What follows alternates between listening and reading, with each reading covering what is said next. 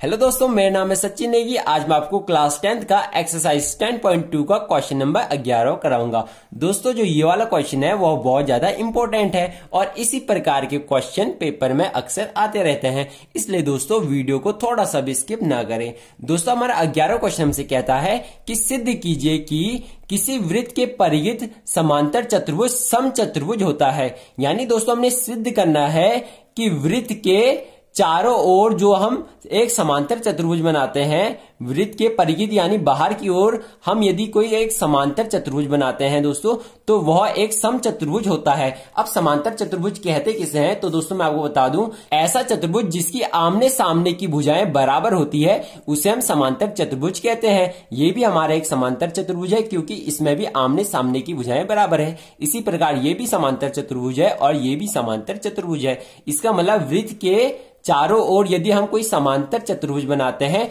तो वह एक समचतुर्भुज होता है। ये तीन हमारे समचतुर्भुज हैं। समचतुर्भुज उन्हें कहते हैं दोस्तों जिसकी ऐसा चतुर्भुज जिसकी चारों भुजाएं बराबर होती है उसे समचतुर्भुज कहते हैं। तो दोस्तों ये भी हमारा समचतुर्भुज है और ये भी हमारा समचतुर्भुज है। और दोस्तों वर्ग भी हमेशा एक समचतुर्भुज होता है। तो दोस्तों हमने कुल मिला के ये सिद्ध करना है कि यदि हम किसी वृत्त के चारों ओर एक समांतर चतुर्भुज बनाते हैं तो वह समचतुर्भुज होता है। यह हमने दोस्तों इस क्वेश्चन में सिद्ध करना है। अब हम दोस्तों क्वेश्चन की ओर बढ़ेंगे कि आखिर हमने इसे सिद्ध कैसे करना है। तो दोस्तों अगर हम इस प्रकार की कोई भी क्वेश्चन करते हैं तो हमारी नंबर 1 हेडिंग आती है दोस्तों दिया है। और दोस्तों आपको हमेशा इसी फॉर्मेट का यूज करना है। अब हम दोस्तों दिया है में क्या लिखते हैं, तो दोस्तों हम दिया है में क्वेश्चन के बारे में ही लिखते हैं या जो हमने चित्र बनाया है उसी चित्र के बारे में लिखते हैं। दोस्तों आपको एक बात हमेशा ध्यान रखनी है कि ये वाला चित्र हमें क्वेश्चन में नहीं दिया है। ये चित्र आपको क्वेश्चन को खुद पढ़ के बनाना पड़ेगा और अपने हिसाब से इनके नाम भी रखने पड़ेंगे। तो दोस्तों अब हम दिया है मैं इसी चित्र के बारे में लिखूंगा। तो मैं यहां पे लिखता हूं कि ओ केंद्र के वृत्त के चारों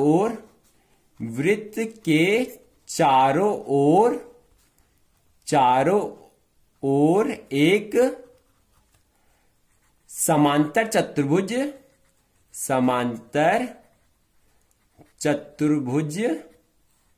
ABCD है। समांतर चतुर्भुज ABCD है तथा इस चतुर्भुज की भुजाएं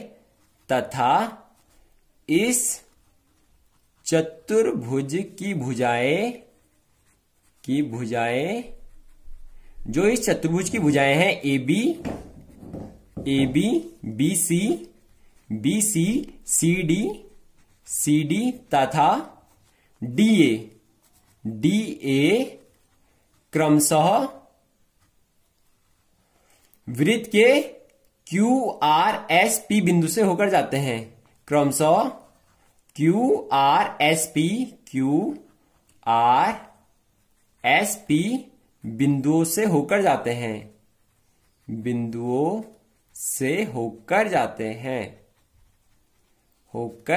हैं। ये दोस्तों हमने क्वेश्चन के बारे में ही लिखा है या हम कह सकते हैं कि हमने इसी चित्र के बारे में लिखा है। दोस्तों इसे आपको ज्यादा सोचने की जरूरत नहीं है, ज्यादा ध्यान देने की जरूरत नहीं है, आपने केवल चित्र के बारे में ही लिखना है। तो दोस्तों हमने यहाँ पे लिखा है कि ओ केंद्र के वृत्त के चारों ओर एक समांतर चतुर्भुज ABCD है और तथा जो इसकी भुजाएं AB, BC और CD और DA है दोस्तों वह क्रमशः QRSP बिंदु से होकर जाती है। यानी जो AB भुजा है वह क्रमशः Q बिंदु से होकर जाती है, BC भुजा R बिंदु से होकर जाती है और CD भुजा दोस्तों S बिंदु से होकर जाती है। इसी प्रकार DA भुजा P बिंदु से होकर जाती है। यही दोस्तों हमने इसमें लिखा है।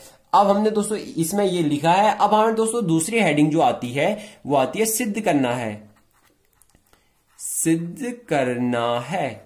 अब दोस्तों हम सिद्ध करना है में क्या लिखते हैं, तो दोस्तों आपको पता होगा कि जो हमें सिद्ध करना है उसे हम लिखते हैं। हमने सिद्ध करना है कि ABCD एक समचतुर्भुज है। समचतुर्भुज यानी ऐसा चतुर्भुज जिसकी चारों भुजाएं जो है वह बराबर होती है। हमने ABCD को एक समचतुर्भुज सिद्ध करना है। अब हमारे दोस्तों जो तीसरी हेडिंग आती है वो आती है प्रमाण की। प्रमाण की। अब हम दोस्तों प्रमाण में क्या लिखते हैं, तो दोस्तों आपको पता होगा कि इसे सिद्ध करने के लिए हमें जो कुछ भी करना पड़ता है उसे हम प्रमाण में लिखते हैं। अब हम दोस्तों प्रमाण में क्या लिखेंगे, तो दोस्तों आपको प्रमाण में बस इतना लिखना है कि हम जानते हैं कि वृत्त के बाहर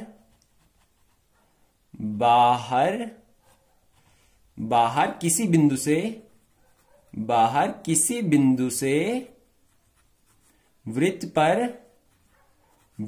पर स्पर्श रेखाओं की लंबाई बराबर होती है। स्पर्श रेखाओं की लंबाई बराबर होती है। तो दोस्तों ये हमसे क्या कह रहा है, तो दोस्तों ये हमसे कह रहा है कि यदि हमारे पास कोई वृत्त है और वृत्त के बाहर यदि कोई बिंदु है तो उस बिंदु से जो हम वृत्त पर स्पर्श रेखा खींचेंगे उसकी लंबाई बराबर होगी। और स्पर्श रेखा किसे कहते हैं दोस्तों, ऐसी रेखा जो वृत्त के केवल एक बिंदु से होकर जाती है उसे स्पर्श रेखा कहेंगे। तो दोस्तों इस बिंदु से वृत्त पर हमने दो स्पर्श रेखाएं खींची है, या हम कह सकते हैं दो ही स्पर्श रेखाएं खींची जा सकती है। तो दोस्तों इन स्पर्श रेखाओं की जो है वह लंबाई बराबर होती है, क्योंकि दोस्तों अगर हम वृत्त के बाहर किसी बिंदु से वृत्त पर स्पर्श रेखा खींचते हैं, वृत्त पर जो स्पर्श रेखा खींचते हैं, जैसे यहां से लेके यहां तक की जो लंबाई है वह स्पर्श रेखा है और यहां से लेके यहां तक की लंबाई जो है वह स्पर्श रेखा है, तो वृत्त के किसी बाहरी बिंदु से वृत्त पर स्पर्श रेखाओं की लंबाई बराबर होती है। यह हम दोस्तों जो हमने यहां से लेके यहां तक लिखा है उसकी जगह पे हम केवल इतना लिख सकते हैं कि परमेट 10.2 से आप इसकी जगह लिख सकते हो कि परमेट 10.2 से हमने ऐसा किया। तो दोस्तों आपने अब क्या लिखना है, तो दोस्तों हम जानते हैं कि वृत्त के बाहर किसी बिंदु से वृत्त पर स्पर्श रेखाओं की जो है वह लंबाई बराबर होती है। इसलिए दोस्तों आप यहां पे लिख लोगे कि जो हमारा BQ है दोस्तों, BQ यानी यहां से लेके यहां तक की दूरी, यहां से लेके यहां तक की दूरी के बराबर होगी। यानी आप लिख सकते हैं BQ इक्वल टू BR। इसी प्रकार आप यहां पे भी लिख सकते हो, आप लिख सकते हो दोस्तों AQ इक्वल टू AP। इसी प्रकार आप यहां पे भी लिख सकते हो। तो दोस्तों आप यहां पे लिखोगे कि CS यानी C से लेके S तक की दूरी, ये यहां से लेके यहां तक की दूरी के बराबर होगी। CS equal to CR। इसी प्रकार आप यहां पे भी लिख सकते हो इस वाले बिंदु के लिए, तो आपका आएगा दोस्तों DS इक्वल टू DP। अब हम दोस्तों इसे समीकरण फर्स्ट मान लेते हैं, इसे समीकरण सेकंड मान लेते हैं, इसे समीकरण थर्ड मान लेते हैं, इसे समीकरण फोर्थ मान लेते हैं। अब दोस्तों आपका जो क्वेश्चन है दोस्तों वो 99% सॉल्व हो चुका है, 99% सॉल्व हो चुका है। अब दोस्तों आपको आगे कुछ भी नहीं करना है, आपको बस इन चारों समीकरणों को जोड़ देना है। तो आप यहां से लिख लेना कि समीकरण फर्स्ट प्लस समीकरण सेकेंड प्लस समीकरण थर्ड प्लस समीकरण फोर्थ, यानी आपको इन्हें जोड़ देना है। अब आप जोड़ोगे कैसे, तो पहले आपने इस साइड के जोड़ने हैं, फिर आपने इक्वल टू का साइन लगा के फिर दूसरी साइड के जोड़ने हैं। तो आपका यहां से आएगा BQ plus AQ plus CS plus DS equal to का साइन आएगा, फिर इस साइड के प्लस करेंगे तो हमारा आएगा BR plus AP plus CR plus DP। ये दोस्तों आपका आ चुका है। अब दोस्तों आप इस चित्र को देखोगे तो हमारा BQ प्लस AQ, यानी BQ में हम AQ जोड़ेंगे तो हमारा AB आएगा, तो इन दोनों को जोड़ के हमारा क्या आएगा AB, क्योंकि यदि हम BQ में AQ जोड़ेंगे तो हमारा AB आएगा। इसी प्रकार दोस्तों यहां पे प्लस का चिन्ह आएगा, फिर हम CS में DS जोड़ना है, तो हमने CS यहां से लेके यहां तक है, इसमें हम DS जोड़ेंगे तो हमारे पास ये आ जाएगा, तो हमारे पास आएगा दोस्तों CD, फिर बीच में इक्वल टू का चिन्ह आएगा। इसी प्रकार दोस्तों आप यहां पे देखोगे तो आपने पहले इसे और इसे जोड़ना है, क्योंकि इन दोनों में RR है, यहां पे भी R है, यहां पे भी यहां पे भी R है। तो दोस्तों आप इन दोनों को जोड़ोगे, तो दोस्तों आपने यहां पे देखना है, तो आपका BR में आपने जोड़ना है CR को, B से लेके R तक की दूरी में C से लेके R तक की दूरी जोड़ोगे तो आपके पास ये वाली दूरी आ जाएगी, यानी आपके पास आएगा BC। तो आप यहां पे लिख सकते हो BC प्लस, फिर आपने इन दोनों को जोड़ना है, एक इसे जोड़ना है, एक इसे जोड़ना है, यानी आपने एपी में आपने ए से लेके पी तक की दूरी में डी से लेके पी तक की दूरी जोड़नी है, तो आपके पास ये वाली दूरी आएगी। तो आपके पास आएगा दोस्तों ए डी। अब ये दोस्तों आ चुका है। अब दोस्तों आपने यहां से लिखना है कि ए बी सी डी एक समांतर चतुर्भुज है, एक समांतर चतुर्भुज है, क्योंकि दोस्तों यह हमें क्वेश्चन में ही दिया है कि एबीसीडी एक समांतर चतुर्भुज है। एबीसीडी एक समांतर चतुर्भुज है, हमें इसे समचतुर्भुज में जो है वह सिद्ध करना है। अब एबीसीडी समांतर चतुर्भुज है, तो समांतर चतुर्भुज की दोस्तों आमने सामने की भुजाएं बराबर होती है। इसलिए दोस्तों जो ये वाली भुजा है वह इस वाली भुजा के बराबर होगी। यानी आप लिख सकते हो कि ए से लेके डी तक की दूरी, ए से लेके डी तक की जो दूरी है दोस्तों वह बी से लेके सी तक की दूरी के बराबर होगी, बी से लेके सी तक की दूरी के बराबर होगी। इसी प्रकार आप ये वाली दूरी को इस वाली दूरी के बराबर दिखा सकते हो। यानी आपकी ए से लेके बी तक की दूरी, ए से लेके बी तक की दूरी दोस्तों वह बराबर होगी डी से लेके सी तक की दूरी के, या आप लिख सकते हो सी डी। अब दोस्तों ये आपका आ चुका है। अब दोस्तों आपको इनका मान को इसमें डाल देना है। आप इसे समीकरण 5 लिख लेना। तो आप यहां से लिख लेना कि इनके मानों को समीकरण 5 में रखने पर, समीकरण 5 में रखने पर दोस्तों हमारी समीकरण 5 ये है। तो आपने ए बी की जगह पे सी डी लिख लेना है। तो जैसे यहां पे ए बी है तो आपने यहां पे सी डी लिख लेना है। तो आपका आएगा C D plus C D, फिर ये इक्वल टू का चिन्ह आएगा, इक्वल टू हमारा बीसी है। अब आप बीसी की जगह पे ये लिख लेना, तो आपका बीसी की जगह पे एडी आ जाएगा। तो आपका आएगा एडी, फिर बीच में प्लस का निशान है, plus AD.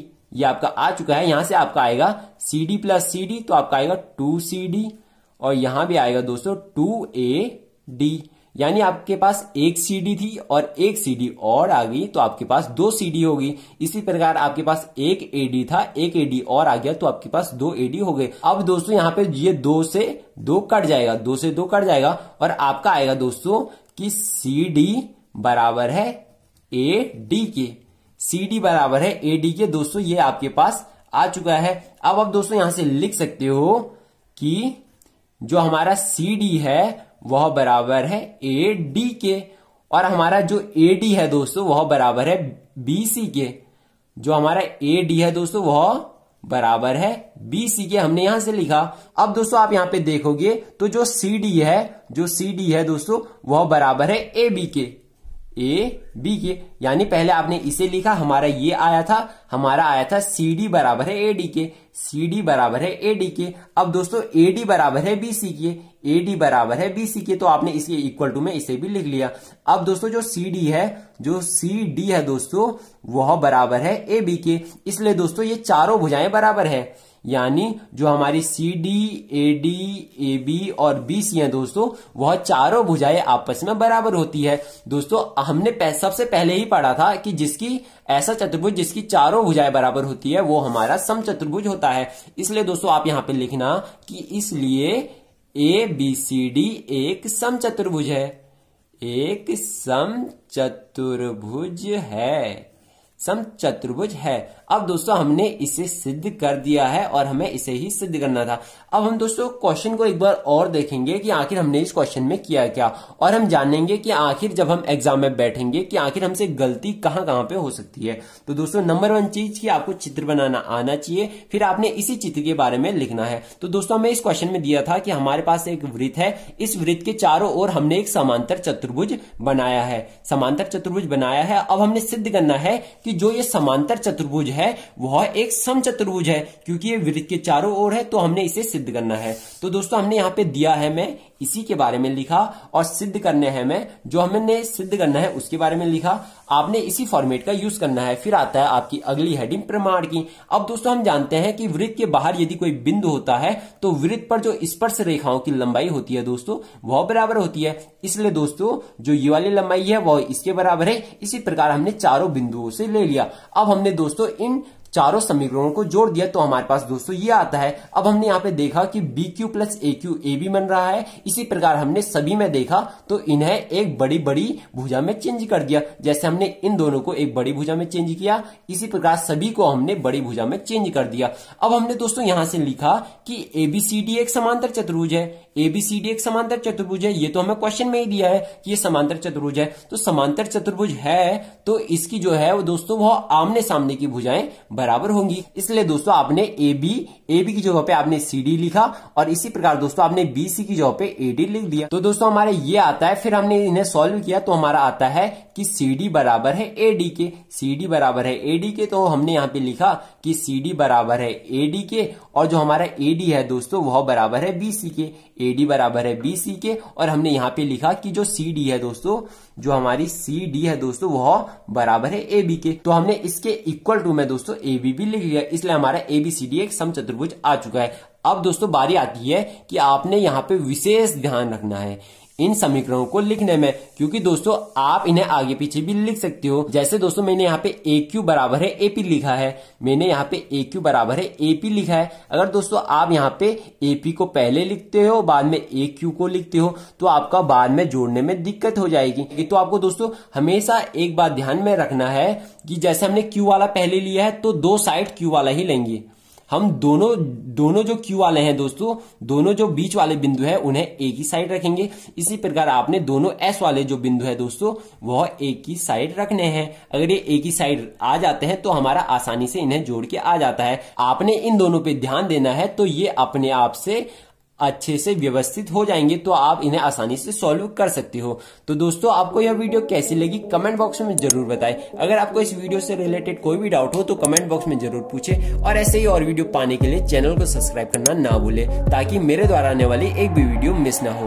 Thank you, have a nice day.